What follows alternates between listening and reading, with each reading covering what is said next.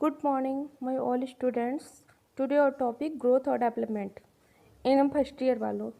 तो first one आपका क्या आता है, ग्रोथ क्या होती है और डेवलपमेंट क्या होता है। ग्रोथ मीन्स होता है वृद्धि और डेवलपमेंट मीन्स होता है विकास।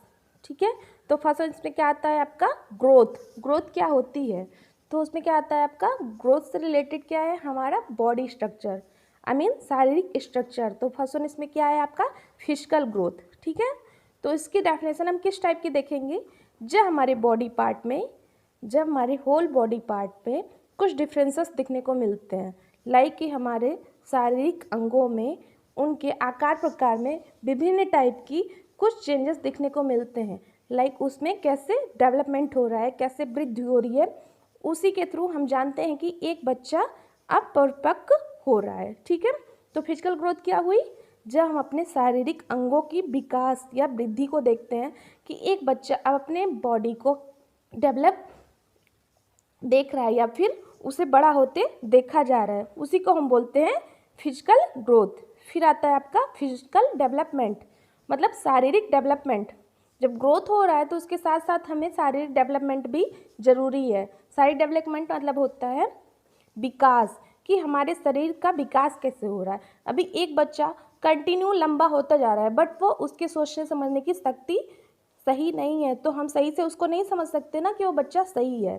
ठीक है, क्योंकि उसका जो डेवलपमेंट है वो तो हुआ ही नहीं, विकास तो उसका हुआ ही नहीं, क्योंकि उसका जो बौद्धिक विकास है वो तो वैसे ही रह गया। ठीक है, तो इसका मतलब क्या हुआ, जब इसका एग्जाम्पल हम देखते हैं। ठीक है, जब कोई बच्चा किशोरावस्था में प्रवेश करता है तो उसकी शारीरिक वृद्धि लगभग पूर्ण हो जाती है। ठीक ना, मतलब कि वो पूरी तरीके से लंबा तो हो जाता है, लेकिन जो उसके प्रजनन अंग हैं, मतलब कि जिससे संतान उत्पत्ति होती है, उसकी शक्ति का विकास ठीक से नहीं हो पाता है, या फिर उसकी बौद्धिक शक्ति का विकास ठीक से नहीं हो पाता है। ठीक है, तो क्या करता है, अपनी वृद्धि को स्पष्ट नहीं कर पाता है ठीक से।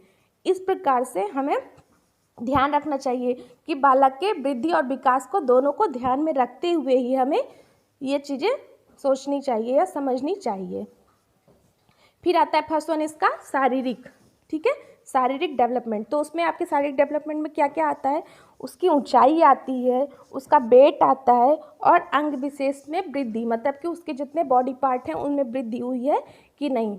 फिर आता है आपका मानसिक, मतलब मेंटली रूप से वो सही है कि नहीं। ठीक ना, तो उसमें क्या आता है आपका मांसपेशियों और विभिन्न कार्यकलापों पर नियंत्रण, मतलब कि उसका मांसपेशियों पर और उसके सोचने समझने की शक्तियों पर वृद्धि हो रही है या नहीं।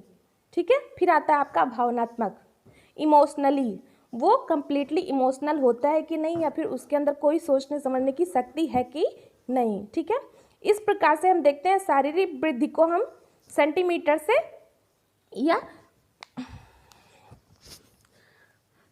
शारीरिक वृद्धि को तो हम नाप सकते हैं, लेकिन हम जो भावनात्मक वृद्धि है या भावनात्मक विकास है उसको हम नहीं नाप सकते हैं। तो उसको हम किस तरह पता लगा सकते हैं कि बच्चे की सोचने समझने की शक्ति परिपक्व हुई है कि नहीं। ठीक है, समझ में आया। फिर क्या आता है आपका परिपक्वता। इसमें क्या है, शारीरिक वृद्धि और विकास पूर्ण होने पर बालक परिपक्व हो जाता है, मतलब कि अगर शारीरिक वृद्धि ठीक से हुई है और शारीरिक विकास ठीक से हुआ है तो वो परिपक्व हो जाता है। फिर उसके बाद क्या आता है, परिपक्व होने पर वह अपने वंशकों, मतलब कि वो क्या करता है, जैसे कि उसके पेरेंटल, मतलब कि उसके माता पिता के थ्रू देखा जाता है जो जीन मिलता है, तो वो अपने वंशानुगत को आगे बढ़ाता है, मतलब अपनी पीढ़ी को वो आगे बढ़ाने की कोशिश करता है। ठीक है,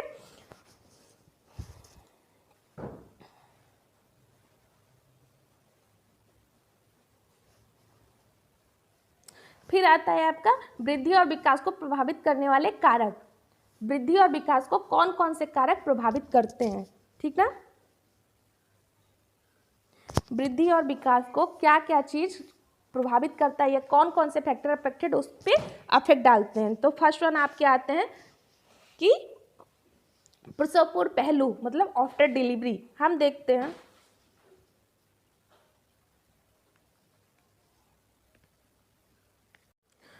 आफ्टर डिलीवरी, हम देखते हैं कि जब बच्चा जन्म लेता है